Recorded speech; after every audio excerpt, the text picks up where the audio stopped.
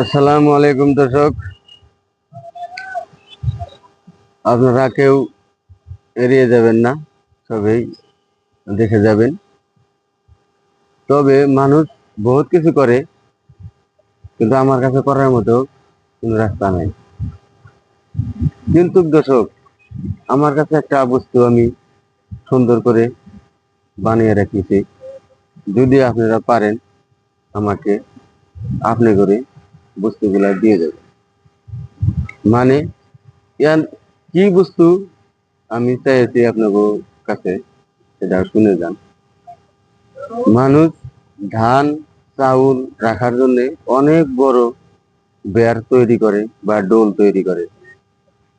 আমি দুঃখ রাখার জন্য আমার ভিতরে অনেক বড় একটা বেয়ার তৈরি করে রেখেছি। তবে আপনারা আমারে যত দুঃখ আপনা করে আছে আমাকে দিয়ে যাবেন, আমার কোনো আপত্তি নেই। আসসালামু আলাইকুম।